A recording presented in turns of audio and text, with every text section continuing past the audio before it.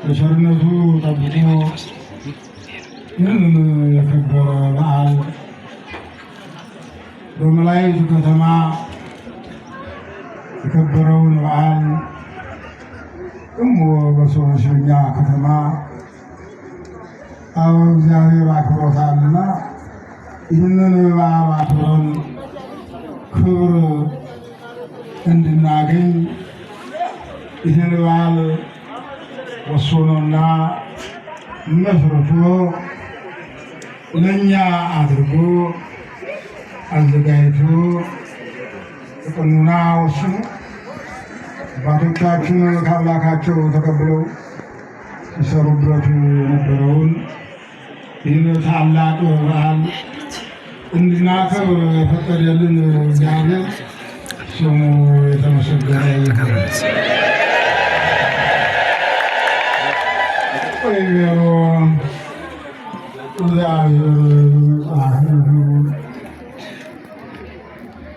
እግዚአብሔር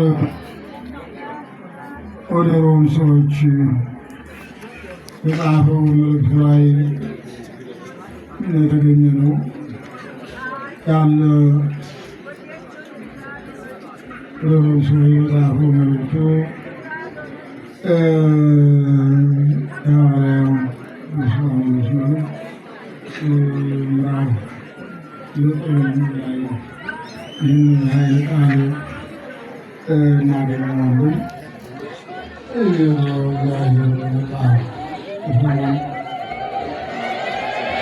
በነገር በስለው ሳይፉካ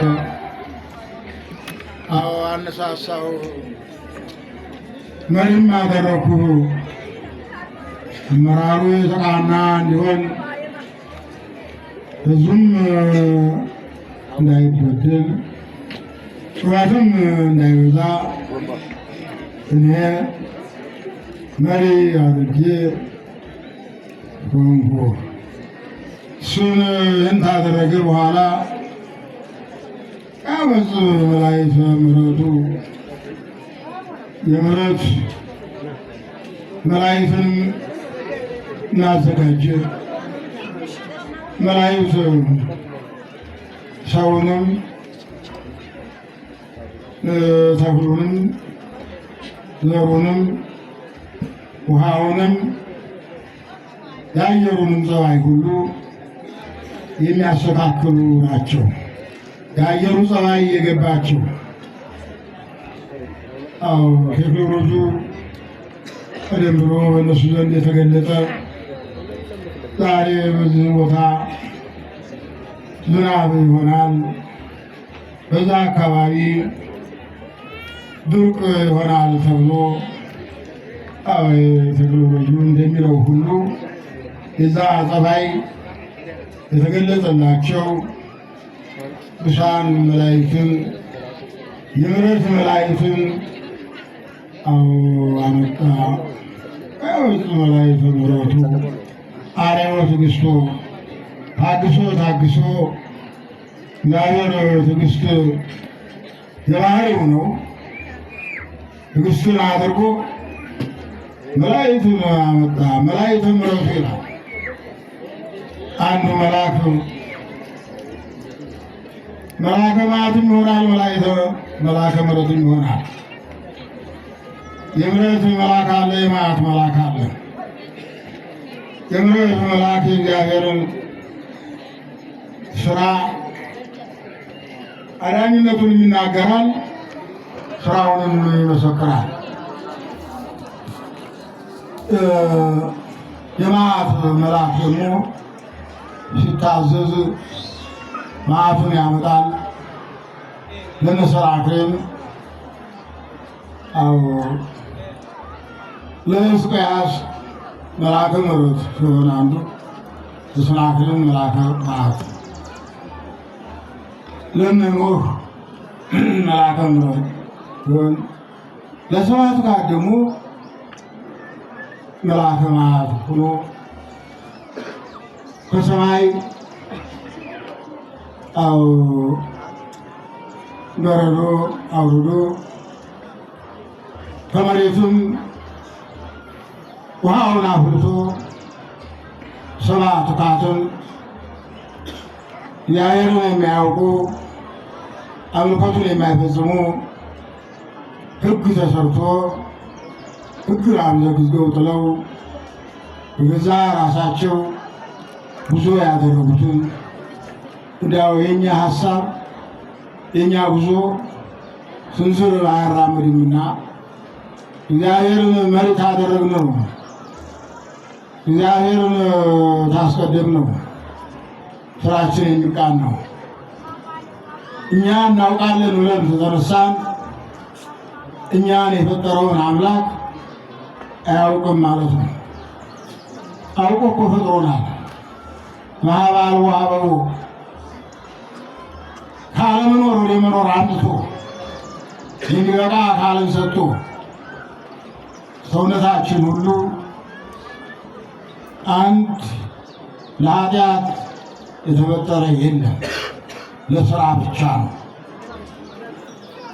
ለስራ ብቻ ነው። ኃጢአት በእግዚአብሔር ዘንድ የረከሰና የተጠላ ነው። አዎ ስራንም የሚያበላሽ ነው። ሕይወትንም የሚያጎሳቁል ነው።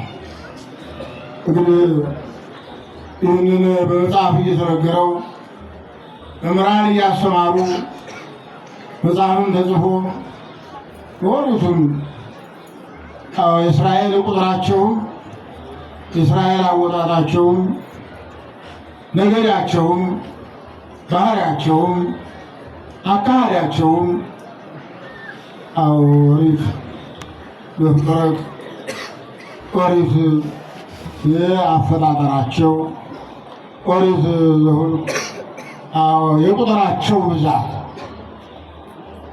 የቁጥራቸው ብዛት እንዲያው ኦሪት ዳግም ያንን አልሰራ ሲሉ ዳግመኛ ሁለተኛ ሕግ ቢበድሉ ድነት የሚያገኙበት ቢፈጽሙ ክብር የሚጎናጸፉበት እነዚህም አምስቱ ስምንቱ ብሔረ ኦሪት ይባላሉ። ለሙሴ የተሰጠው ኦሪት ዘፍጥረት፣ ኦሪት ዘኍልቍ፣ ኦሪት ዘጸአት፣ ኦሪት ዘዳግም እነዚህ ተሰጥተውታል። እነዚህን እየተመለከተ ፍርድን እንዲያከናውን ነው። በዚህም ጊዜ አነ አጽናዕኩ ልቦ ለፈርዖን፣ እኔ ፈርዖንን ልብ አጸናሁት። ልብህም አይጽና፣ ሕዝቡንም አትሰር።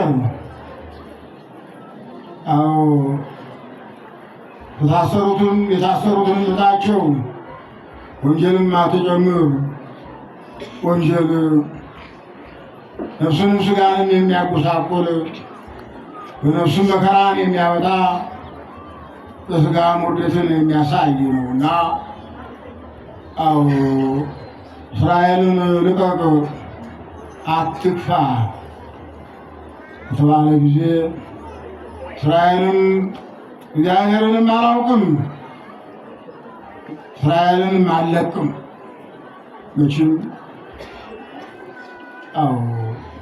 እግዚአብሔርን የማያውቅ ቦታና ስፍራ የለውም ባለ ጊዜ እግዚአብሔር አምላካችን እዳው በአምላክነቱ ሊገቡበት አምላክነቱን አሳልፎ የሚሰጥ አምላክ አይደለም። ጎልማሳ በሚስቱ ባለጌ በርስቱ ንጉሥ በመንግስቱ አምላክ በአምላክነቱ ሊገቡባቸው ስልጣናቸውን ያሳያሉ። ስልጣናቸውን ሲያሳዩ የመከላከል ስራ ይሄ እግዚአብሔርን አላውቅም ያለ አመፀኛ የግብፅ ንጉሥ። ግብፅ የፈርዖን ሀገር ናት። ውሃ ያገናኘናል። ከኛ ተንቆርቁሮ ሆኖ ግብፁን ያረካል፣ ግብፅንም ያጠጣል። ግን አንድ ነበር። በውሃችንም ይገለገላሉ። በፀባይ ላንገናኝ እንችላለን። ያን ጊዜ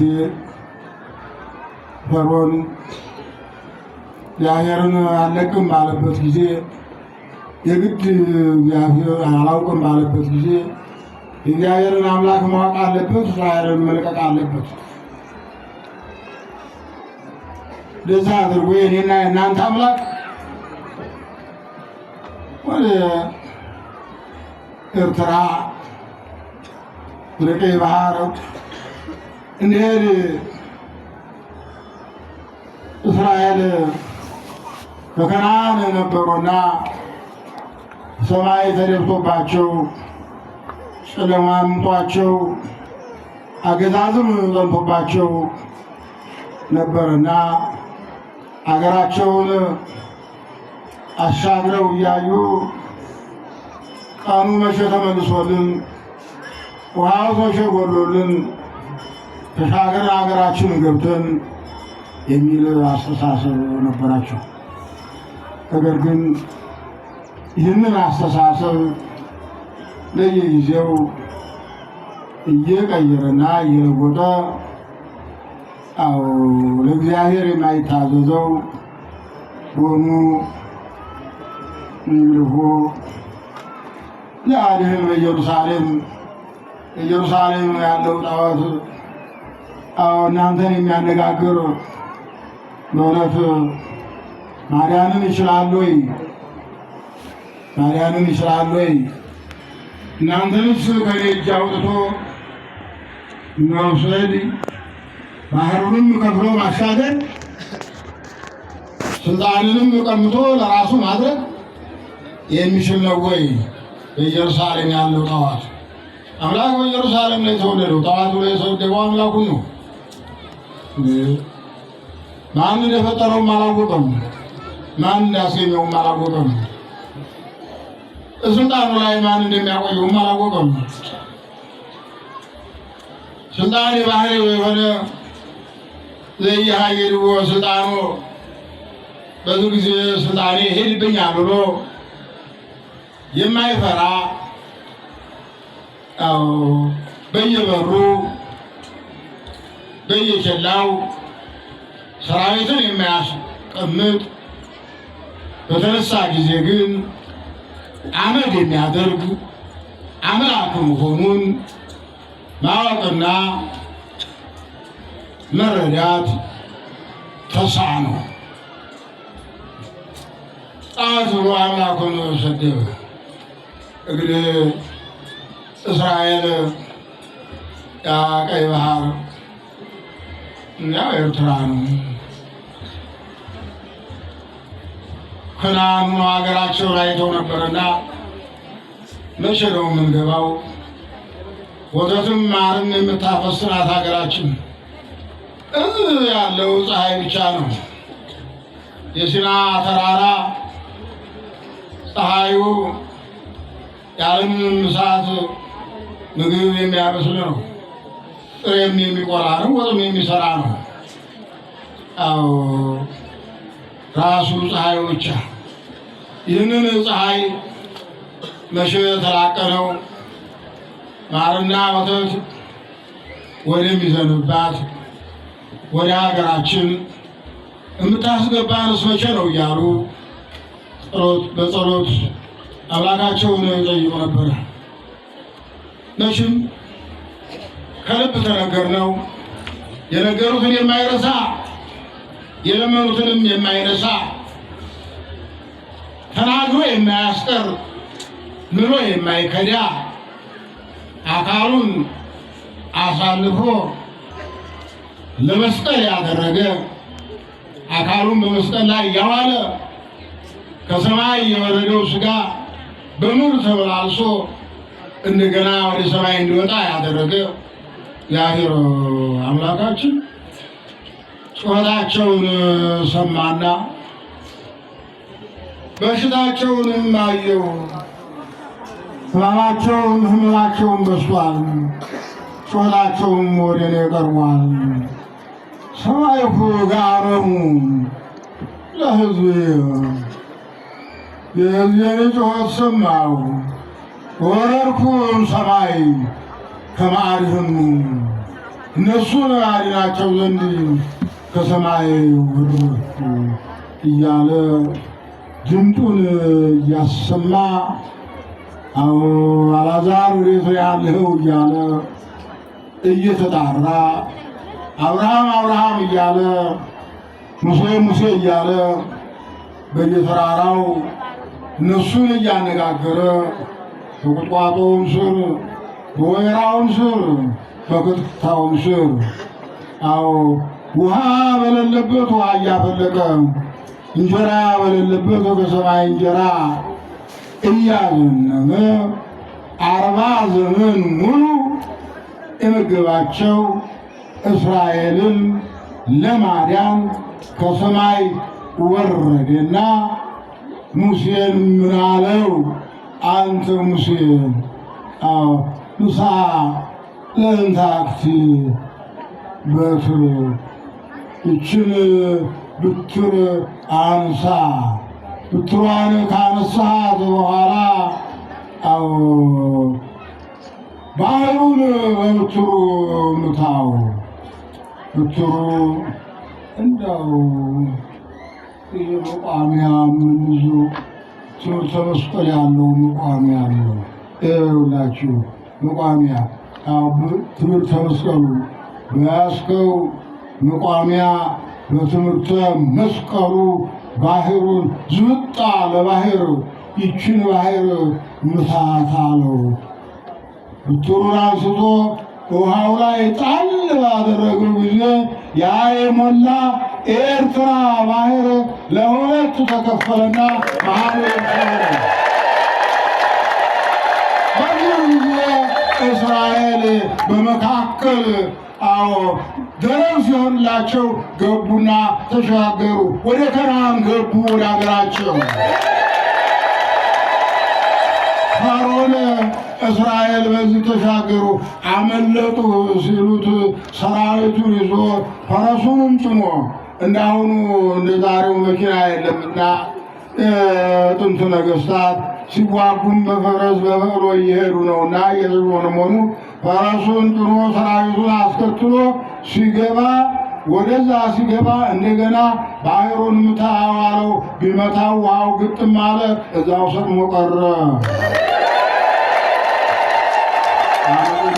ድሉ የሆነው እግዚአብሔርን ያላወቁ ሰዎች የሚገጥማቸው እንደዚህ ያለው ችግር ነው። እንግዲህ ይህ ሁሉ የተደረገ በቅዱስ ሚካኤል ተራዳኢነት በሙሴ ታዛዥነት በአምላካችን ቸርነት መሆኑን ቤተ ክርስቲያን ታምናለች። እንግዲህ ቅዱስ ሚካኤል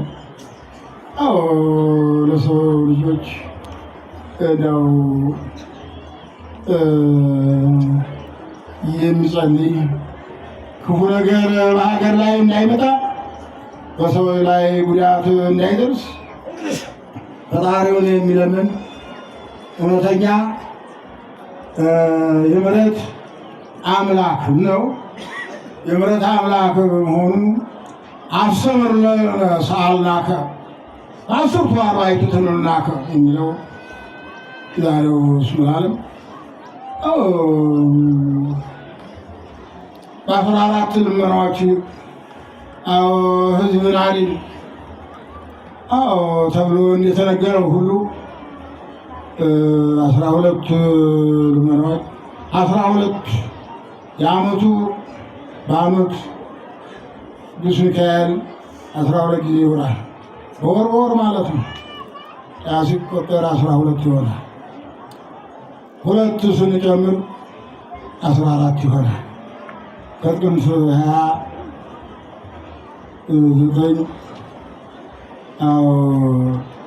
29ና 30 ስንጀምር 14 ሆነ ማለት ነው። አስተምር ለነ ሰአልናከ በአስርቱ ወአርባዕቱ ትንቢናከ እስከ ገጽ ስርየት ነው።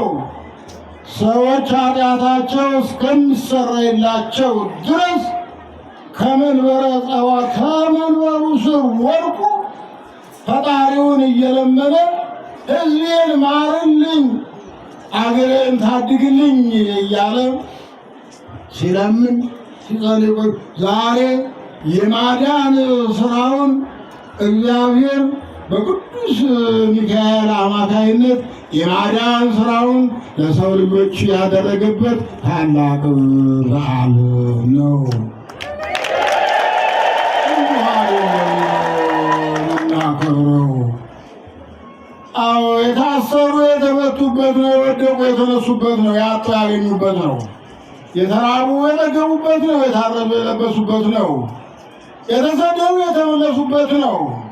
ስም አጠራሩ የጠፋቸው ስም አጠራሩ የተመለሰላቸው፣ ቀና ብለው የማይሄዱ ቀና ብለው የሄዱበት ነው። መናገር ያጡ መናገርን ያገኙበት ነው።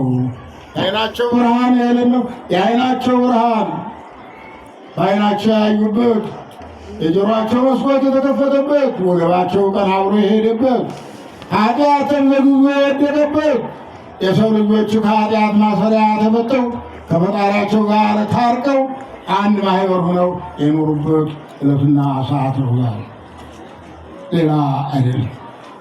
ይህን ይዘን ነው የምናከብረው። እንግዲህ ህዳር ሚካኤል እንዲያው በየቦታው እሱም ይጓፈጣል፣ ቋቋውን ይቃጠላል። እንግዲህ ይሄ ማዕጠንት መድኃኒት ነው።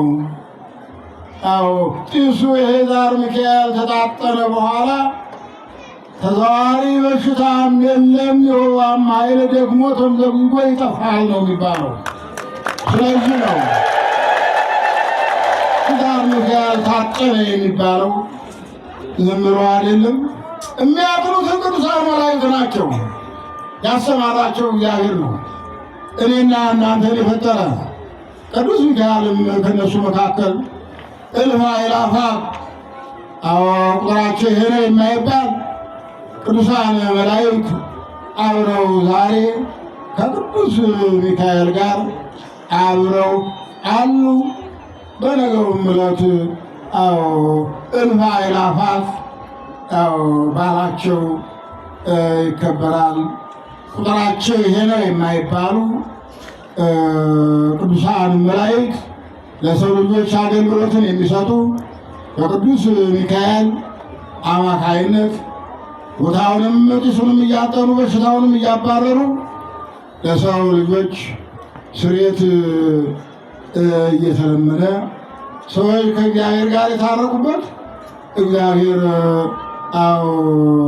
ሰላሙንና እርቁን ያወረደበት አምላክነቱንም የገለጠበት መላእክትንም ሹሞ ያሰማራበት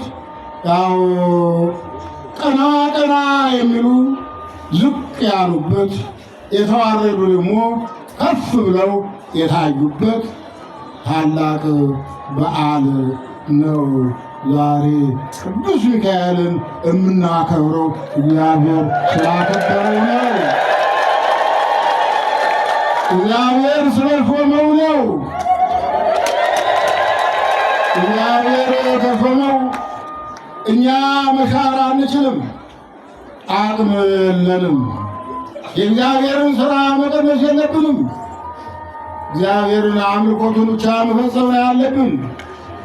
ሰውነታችንን ለንስሐ ማዘጋጀት። ዛሬ አብበናል አለን፣ ነገ እንረግፋለን።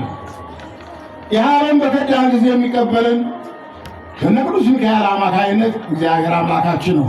ነፍሳችንን የሚቀበላት ሥጋዋ ወደ መሬት ነው፣ ነፍስ ወደ እግዚአብሔር ነው የምትሄደው። መላእክት ናቸው አጅበው ለእግዚአብሔር የሚያስረክቧት ያችን ረቂቅ ነች። ከእነሱም መካከል አንደኛው ዋናው አዘን ጦራይ ቅርበ እግዚአብሔር የሆነው ቅዱስ ሚካኤል ነው።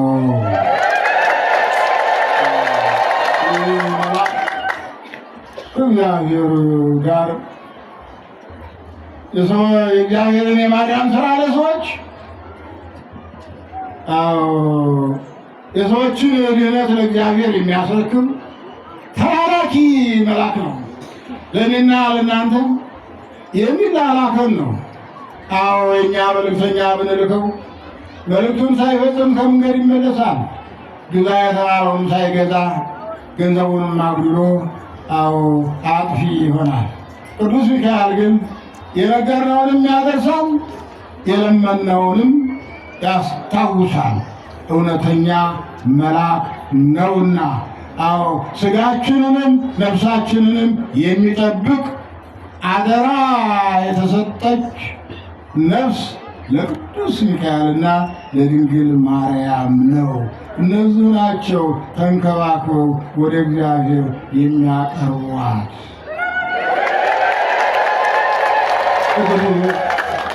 አገራችን መስዋዕት የሚያደርግባት፣ ያዘኑ የሚረጋጉባት፣ ያጡ የሚያገኙባት፣ የተራቡ የሚጠግቡባት፣ የተሰደዱ የሚመለሱባት፣ ወንድሜ ወንድሜ ብለው እንግዳ ተቀባይ ሀገር ናትና አገራችን ኢትዮጵያን የሰላም፣ የፍቅር፣ የአንድነት፣ የስምምነት ሀገር ያደርግልን። እንዲያው በሀገራችን ያለውንም ደም መፍሰስ እንዲያው ጦርነቱንም እግዚአብሔር ባለቤቱ እሱ ነውና መሪውንም ተመሪውንም አስማምቶ ገዡንም ተገዡንም አንድ አድርጎ አገራችንን እንዲያው ሌላ ሳይገባባት እኛ የስበስ ነውና ለእኛም ምክሩንና ጥበቡን ለግሶ አገራችንን የእኛ ገንዘብ እንዲያደርግልን የአምላካችን ፈቃድ ይሁንልን። እግዚአብሔር ይጠብቃችሁ።